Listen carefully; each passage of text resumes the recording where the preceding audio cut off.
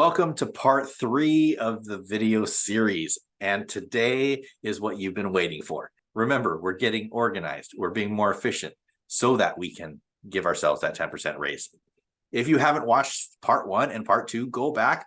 We talk about a lot of that detail. That's really important to go through before you get into these practical steps. All right, there are only 2 ways to improve our financial situation. We can reduce our expenses, we can increase our income, or we can do both. We're focusing here on reducing the expenses because that's the easiest way to improve our financial situation. That's what we've been talking about in this video series.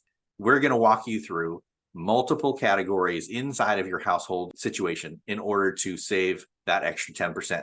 But how are we going to do that? What do we need to do here, Mike, to start off? All right. So remember in the previous video, so part 2 is when we took our net worth and we put it on paper. We did our income. We know our income and we know our expenses. Those are the final foundation of what we're going to talk about today. And let's give an example. Let's give an easy example of you make $60,000 a year. So therefore you have $5,000 a month. And if you want to give yourself a 10% raise, where does that extra $500 come from? Right? We talked about what to do with it. Now we're going to tell you in detail where we have done this for ourselves and where we teach our clients and members inside of ILMA practical ways to do that. And we like to call that STUF. So Jason, explain what STUF means. Yeah, STUF is an acronym, S.T.U.F, for the basics, or what we're calling the 4 walls, the urgency, the things that we need in order to live our life. S is shelter, T is transportation, U is utilities, and F is food. So that's S.T.U.F. Those are the main areas or categories inside of our household that the majority of us will need to spend some kind of money on in our households. Now, there are other things outside of that. Not everybody falls into those categories. So we're going to only focus on this stuff, the S.T.U.F, in this video series, so that we can help you in real day-to-day life on how to reduce your expenses so that you can give yourself that 10% raise. So the first one, shelter. Mike, walk us through a couple of real life, real world ways that we can reduce our expenses in the shelter category. Yeah, as we've mentioned before, our home, our mortgage, these are and should be the highest line item in our expenses, right? We may have to spend more in rent or a mortgage. It's just going to be more than other line items. And we understand that. It's typically the largest purchase that we will make in our lifetime. And one of those things that you could to reduce those could be to downsize. Now, we understand moving is a hassle. It's not for everybody. We understand it's emotional. And we're not telling you to do that, but it is an option. Another option is if you do have extra rooms, you could rent out a room. You could do that on Airbnb. You could even do a house share, meaning maybe it's not even your house anymore. If you downsize and you want to start living with friends or other family members for a period of time while you give yourself a raise to hit those other goals of living your ideal life and reaching financial freedom years, if not decades sooner, this is one of the best ways to do that. Is there anything else that you would like to add, Jason? Yeah, absolutely. So I know that some of you are probably cringing at what Mike is talking about. Downsizing your house. Most of you love your homes, right? A lot of us love our homes. We've looked, we've waited, we've saved, we've done the things that we need to do to have that home. And Coach Mike, you're telling me that I need to downsize? I need to give up this house? No way, right? You cringe at that. Or house sharing. I mean, I have to give up my privacy? What are you talking about? Like, some of these are extreme. We understand that. And again, it's not for everybody. It's okay to know what you're willing to sacrifice and what you're not willing to sacrifice. I touched on that in an earlier video. But these are some of the things that you need to consider in order to reduce some of those expenses that you have determined that are keeping you from financial freedom. right? And then you're willing to do certain things to sacrifice, and then you're not willing to do other things. So that's one of the things that I would say is, like, I know that sometimes you probably are going to cringe at some of the things that we're suggesting that you consider. We're not telling you to do them, but we're saying have that option of, wait a minute, is this something that I'm willing to do or not willing to do in order to reach those more important goals over here? Or they might not be as important. So you're going to say, no, I'm not going to do that. So another thing I would say, especially in housing, is to move further from the city, right? A lot of times, the closer you move to the city, or the closer you live to the city, the more expensive your home will be. So if you move further away, usually it gets a little bit cheaper. And then again, this is all going to depend on your situation, right? Your income, your expenses, your situation with your family, how many people you have. Are you flexible? Do you have limitations in your mobility? All these things are factors in what you are willing to do, and then what you can do. Some people literally can't do things like downsize, or literally can't house share because they already are in a tiny place that they can't share a home. They don't have an extra room, all these things. So these are just suggestions, again, of things to consider in order to reach your financial freedom definition. So that's what I would say in shelters. There's just a couple of other things that you could do to be creative. We tend to think of one way. This is the way to do it. I have to get an apartment. I have to get a house. This is how it works. But you and I both, Mike and Jason, we both have different situations that are creative, that we have reduced a lot of our expenses when it comes to shelter. And we talk about that inside of our membership as well. So that's shelter. All right. T. Yes. Perfect. And be sure, as we continue, everything that we're suggesting, we have done ourselves. We're not telling you to do anything that we haven't or are not willing to do. Yeah. So on stuff, the next one is T.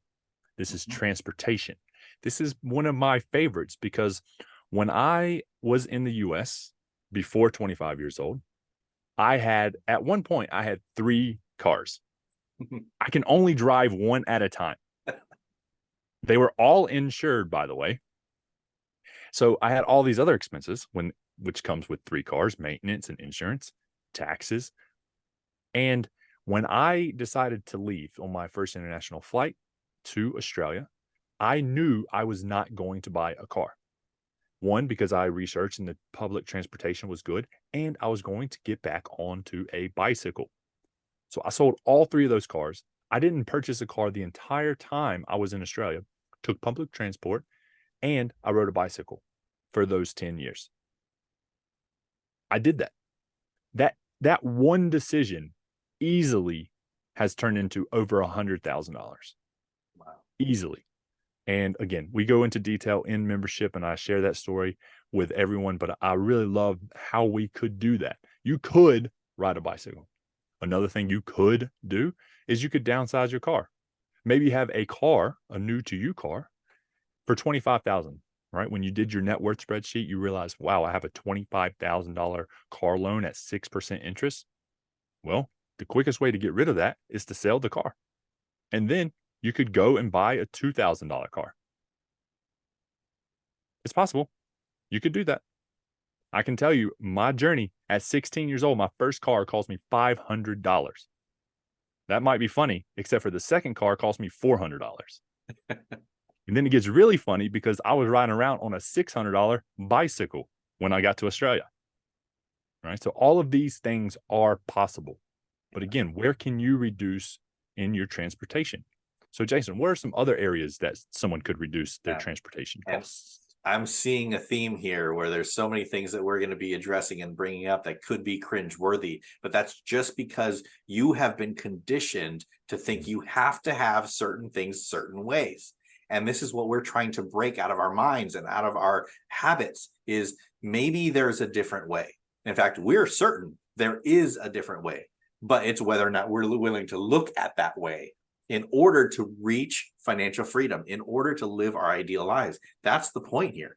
We're not telling you you have to downsize your car. Again, it's about what you're willing to do and what you're not willing to do to figure out, how do I get to that ideal life. I want to start living my ideal life. I'm tired. Like I said earlier in a previous video, I was tired of living this life that I was like, this is kind of miserable. I hate living paycheck to paycheck. I hate having debt. I hate all of these things. I can't do anything.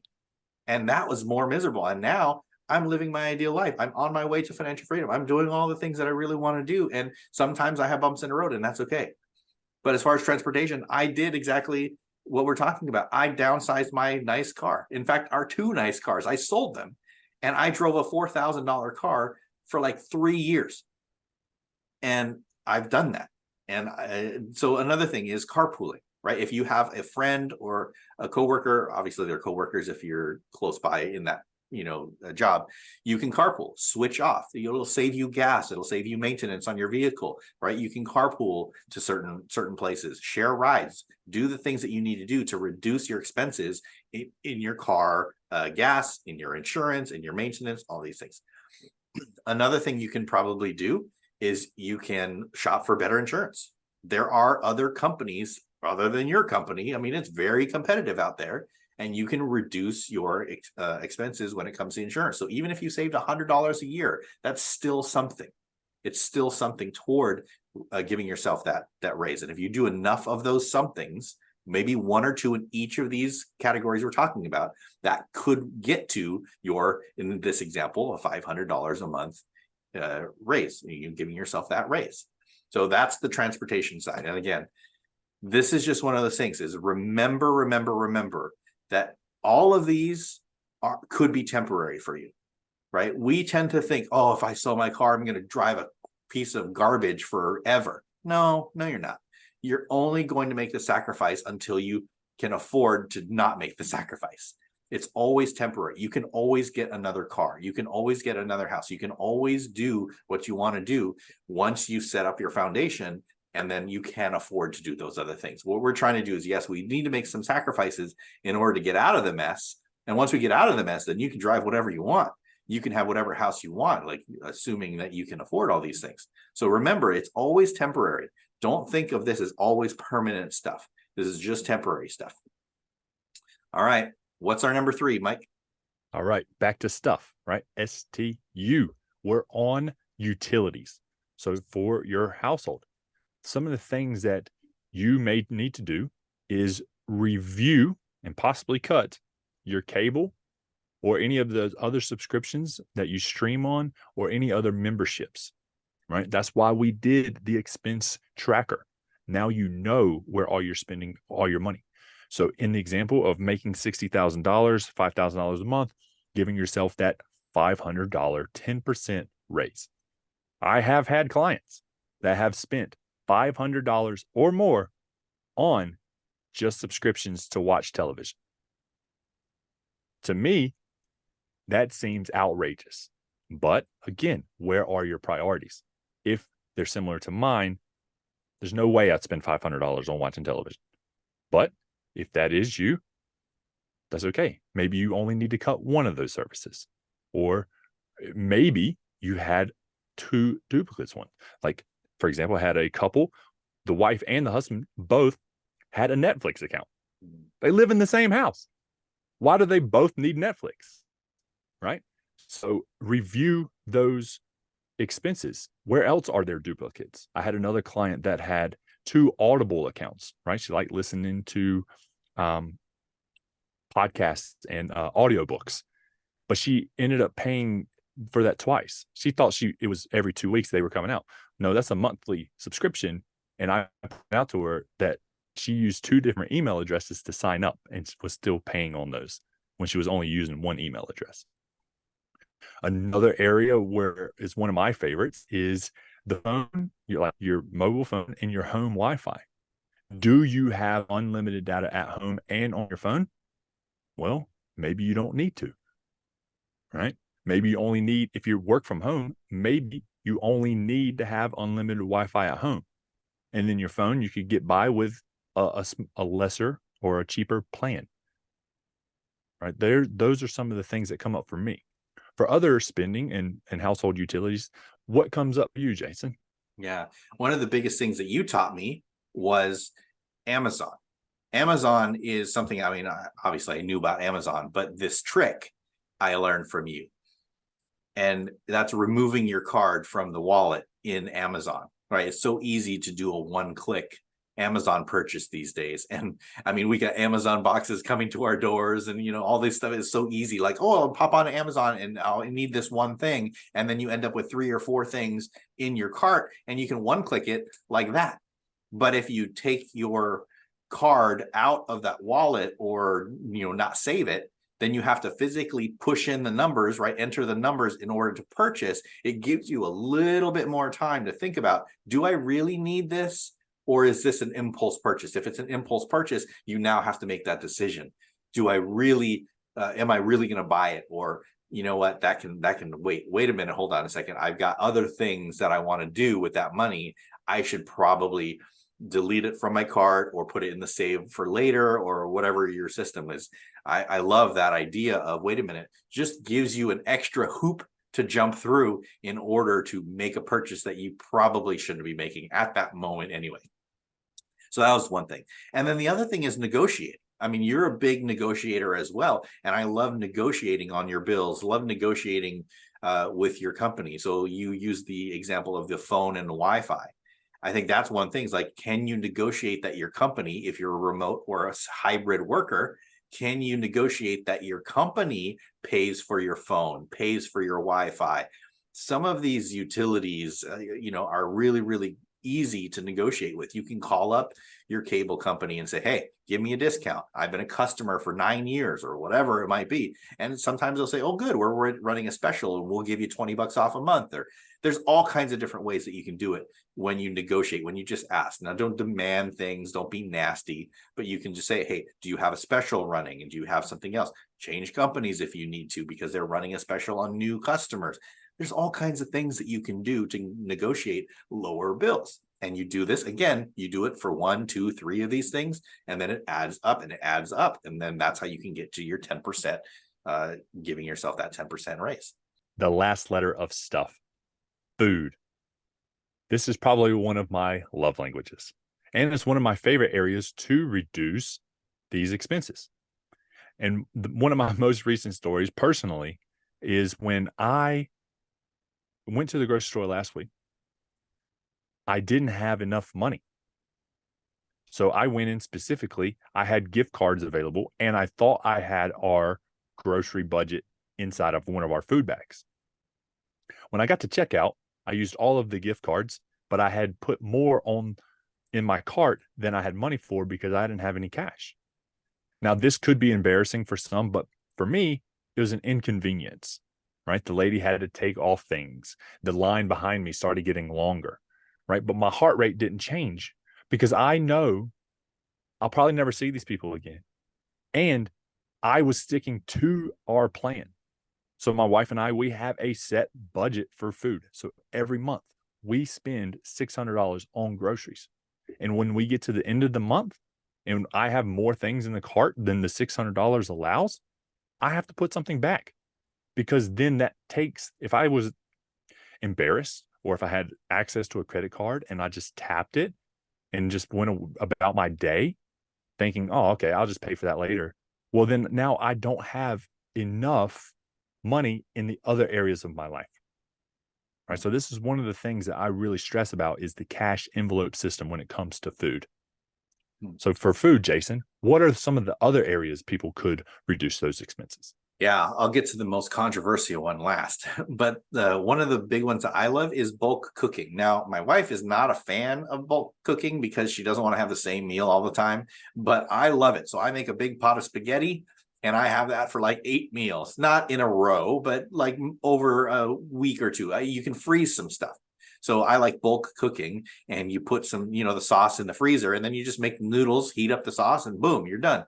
Like, you can do that. So bulk cooking is going to be a lot cheaper in the long run because you actually are making a large portion and then you split it up. If you have a larger family, obviously that's a little bit more difficult, but you can put some food in the freezer.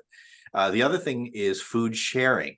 And if you're not familiar with food sharing, is going to the places like my beloved Costco and buying food in bulk to get it cheaper, but you share that. So instead of you having 3 months worth of this item, you would split that with family members or friends that you trust and know. So you can go and you can buy 5 pounds of this, and between two families, now you have 2.5 pounds, and it cuts that cost for you as well. And then I would say two controversial ones that you're probably, again, theme is cringing, is reducing your eating out. I love eating out. I am a big eater outer because I love tasting different things, different cultures, different foods, and things that frankly I don't have the skill to make all the time. So I love eating out. But reducing that number, not saying don't eat out ever, but reducing that. So say I go out 3 times a week. If I reduce that from 3 to 2, then that would save me X amount of dollars per week, right? And then you times that by 4, and then there's your month. Or if you're eat out 5 times, right, you're reducing it to 3, right? It saves you a couple times. With that eating out reduction, you can also share meals when you go out. Or instead of getting an appetizer, you don't get the appetizer, or don't buy your drinks out because it's very expensive to buy your drinks. So don't do the drinks, don't do the appetizer, or switch off. Instead of doing an appetizer and a dessert, just do one of them, right? There are ways that you can do it. I did have clients that I suggested doing these shared meals because they loved eating out, and they literally spent half of what they budgeted for because they shared every meal when they went out. They just shared it. And it's okay. It reduces the calories that you have going into your body. So it's healthier for you. You have smaller meals. You have half the bill. And it was like, wow, we've got all this money to do other things like what Mike was talking about that are more important than that meal. So that's another one. And then probably the most controversial is coffee, right? We're in a coffee house world, and everybody loves their coffee. You go to those big name brands, which you know is your favorite, and you go there and you buy coffee almost every day, or a lot of people do. But what if you, a couple of times, again, I'm not saying every single time, but what if a couple of times a week, instead of going 5 or 6 times a week to this chain, you made coffee at home and had good coffee at home, put it in your mug, go to work, do your thing, and you just saved $6, $7, $8 twice a week, 4 times a month. Like this adds up. You make choices based on your value system.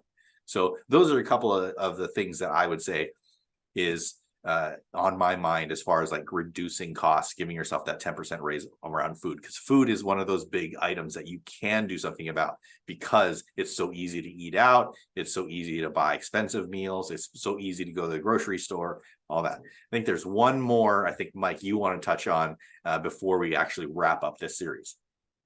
Yeah, there is. Like, as you were talking, it reminded me of when I first met Elle. So she was spending $1,000 a month for herself of food. Now that included wine and going out to dinner and all that. I personally was only spending $500 a month. So together, we were on track to spend $1,500 a month. Now, we also came across this challenge that we're going to challenge you on, is to eat your cupboard, right? What are the foods that you have in the cupboard, in your pantry, or in the freezer, right? What foods are there? And when we did this eat your cupboard challenge, when we only ate the food that we had and got the basics, over the next 3 months together, Elle and I spent $1,000, not $1,000 a month, $1,000 for 3 months. We were on track to spend $4,500, but then we only spent $1,000 because we ate the food that we already had. We saved $3,500, and we didn't waste as much food. So eating your cupboard challenge in your freezer is a great way to save money. Yeah. And if you're watching this, I know you have food in your cupboard. Yeah. Even if it's just for 1 month, right? You're reducing that 1 month of savings because you need to have that goal of, okay, well, I need to pay extra on this credit card, or I need to save up for this item. Even 1 month of this kind of savings can change the trajectory of your financial life. All right, so as we wrap up this video series, I know there's a lot of information and a lot of things that we threw at you, but I think we've given you so much value in figuring out what you really need to do, how you need to do it, why you need to do it, all of the things. So we do want to give you that challenge. What is it that's going to give you that 10% raise? Is it, and why? Why are you doing this? But give you that challenge. I am going to save X amount of dollars. It doesn't have to be 10% for you. It could be more, it could be less. But what is that dollar amount that you want to save? And how long are you going to give yourself to do it? Are you going to do it in the 30 days? I know you can do it. Mike knows you can do it, but do you know you can do it? Give yourself that date, give yourself that dollar, and then go through these examples again to find out, what can I do and what am I willing to do? What am I not willing to do in order to save that amount of money over that amount of days? That's the biggest thing. Like, if you walk through this, we know that you can do it. If you walk through exactly what we talked about, you can do this. And think about what that's going to do for your life. Are you going to start living your ideal life? Are you getting on the path to financial freedom? Those are our goals for you, because we want you to have that good life. And so as we conclude here, Mike, tell people just a little bit more about how we help people start living their ideal lives, get them on the path to financial freedom inside of ILMA, which is Ideal Life and Money Academy again, and then give them that special bonus that we talked about earlier. Yes, by signing up and watching this 3-part video series, you have a great foundation. But then maybe you are already doing all this, or maybe in 30 days, you really want to get started and take it to the next level. Because remember, we have seasons and our financial journey is always changing. How can we improve? How can we get even better? And that's exactly what we do inside of ILMA. We want to take you to the next level. Wherever you are, we want you to go even higher. And by watching this 3-part video series, we want to offer you a 30-day free trial. So be sure to click the link in this email, because you get 30 free days to actually see what we do, how we serve everyone that is inside of the membership, and how you can go ahead and take it to the next level. Yeah, absolutely. Again, our goals are to help you start living your ideal life and get you on the path to financial freedom. And those are the two things that we focus on very, very hard in the membership. And it's with accountability. And that's one of the things that we've found, is that when we do this, like all the things that we're talking about, most of it you've heard before. You've heard it, you've read it, you can go do that. But where people really see change, people really see growth, people really see progress, is when you circle yourself around people who want to see you win, and you have that natural accountability. And that's where a group and a community like our Ideal Life and Money Academy comes in, is because it's that natural accountability, it's inspiration, it's encouragement, it's all of these things inside of a community. And you're getting coaches and people speaking in that have seen this in other people and know what we're doing. So that's the fastest way to progress. And I can't recommend it enough, just because I know if I had this back when I started, I mean, I would be so much further along. And it's fun too. It's fun. So with that said, thank you for going through this. We know and trust that if you do apply the things that we've talked about, you will get progress. You will see yourself gaining that momentum to start living your ideal life and getting you on the path to financial freedom. Thank you, friends. It's been a pleasure to walk with you through this, and we hope to see you soon inside of the membership, if not elsewhere.